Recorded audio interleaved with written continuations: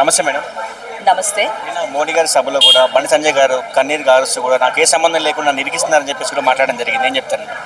ఒక మైనర్ బాలిక పైన వాళ్ళ కొడుకు ఏదైతే హోమ్ మినిస్టర్గా ఈరోజు రాష్ట్రాన్ని కూడా దేశాన్ని పరిపాలిస్తున్న ఆయన కొడుకు సుపుత్రుడు ఇలాంటి పని చేశారని చెప్పేసి ఒక మైనర్ బాలిక ముందుకొచ్చి ఇంత మాట చెప్తే ఇంకా దొంగ కన్నీరు గారుస్తున్నారు అంటే బండి సంజయ్ గారు మీరు ఏం పరిపాలన చేస్తున్నారు నాకు అర్థం కావట్లేదు. అండ్ మోరోవర్ మీరు రాష్ట్రాన్ని తెలంగాణ రాష్ట్రానికి ఉన్న ఒక పేరుని మీరు పాడు చేశారు అంటే మీరు ఏం మెసేజ్ ఇస్తున్నారు దేశానికి అంటే రాజకీయంగా మీకు ఆ పవర్ ఉంది కాబట్టి ఆ ఇష్యూని మీరు సప్రెస్ చేయాలనే ఆలోచనలో ఉన్నారని నేను అనుకుంటున్నాను. కొన్ని ఫోటోస్ సన్నిహితంగా ఫోటోస్ కానీ ఆడియోస్ కానీ బయటకు వచ్చే అబ్బాయి అమ్మాయి ఆయన కూడా కొంచెం పోలీసులు ఎందుకు అరెస్ట్ చేయలేకపోతున్నారు? ఇది పోలీస్ వైఫల్యం. పోలీస్ లిటరల్గా ఫెయిల్ అయింది తెలంగాణలో. బండి సంజయ్ గారికి మొన్న మన కేటీఆర్ అన్నట్టుగా రాష్ట్ర ముఖ్యమంత్రి గారికి సంబంధాలు ఉన్నాయని మేము ఇప్పుడు ఖచ్చితంగా దీన్ని బట్టి మేము ఖచ్చితంగా కాన్ఫిడెంట్గా చెప్పగలుగుతున్నాం.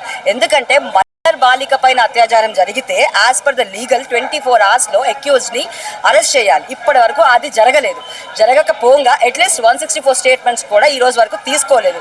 అదే కాకుండా ఎఫ్ఐఆర్లో సెక్షన్స్ కూడా 11, 12 అంటే ఒక ఏదైతే బిలో 7 years కేసెస్ ఏదైతే ఉన్నాయో నాన్ బెయిలబుల్ కేసెస్ని మాత్రమే సెక్షన్స్ మాత్రమే పెట్టడం జరిగింది.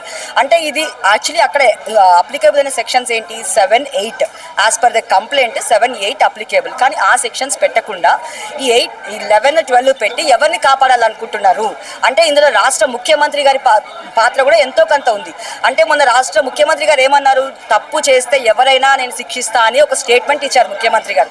ఈ రోజు ఏమైంది ఆ స్టేట్మెంట్ మీరు ఎందుకు నిలబెట్టుకోవట్లేదు? అంటే మీకు ఏదైతే మా బీఆర్ఎస్ పార్టీ వాళ్ళు ఈరోజు అడిగేది ఏంటంటే మీకు బండి సంజయ్ గారికి ఉన్న అనుబంధము నిజమని దీన్ని బట్టి కన్ఫర్మ్ అయిపోయింది. అదే అండి ఇప్పుడు చెప్తున్నాను కదా, ఏదైతే ముఖ్యమంత్రి గారు ఆ రోజు అల్లు అర్జున్ గారి విషయంలో జరిగినది ఏదైతే ఉందో దాని మీద చూపించిన స్పెషల్ ఇంట్రెస్ట్ దీని మీద చూపించట్లేదు అంటే ఇట్ ఈస్ ప్రూవెన్ దట్ వీళ్ళిద్దరి మధ్య ఏదో అనుబంధం ఉంది అనే కదా. అంటే ఇక్కడ రాష్ట్రంలో కాంగ్రెస్ బీజేపీ బండి సంజయ్ గారు కలిసి పరిపాలిస్తున్నారు అంటే బండి సంజయ్ గారి కొడుకుని కాపాడటానికే ముఖ్యమంత్రి గారు ఈరోజు దాని మీద ఇంట్రెస్ట్ చూపించట్లేదని మేము భావిస్తున్నాం.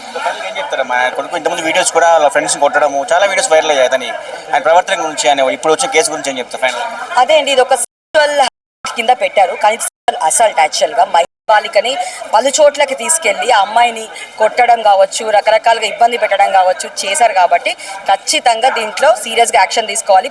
కేసు అంటే ఏంటంటే ఎవరైతే అందులో ఉంటారో అందరి పేర్లు కూడా అక్కడ అక్యూజ్డ్ కింద రావాలి. యాక్చువల్లీ నేను ఇక్కడ డిమాండ్ చేసేది ఏంటంటే బండి సంజయ్ గారిని కూడా అక్యూజ్డ్ కింద ఖచ్చితంగా ఇందులో చేర్చాలి అనేది నా ఉద్దేశం.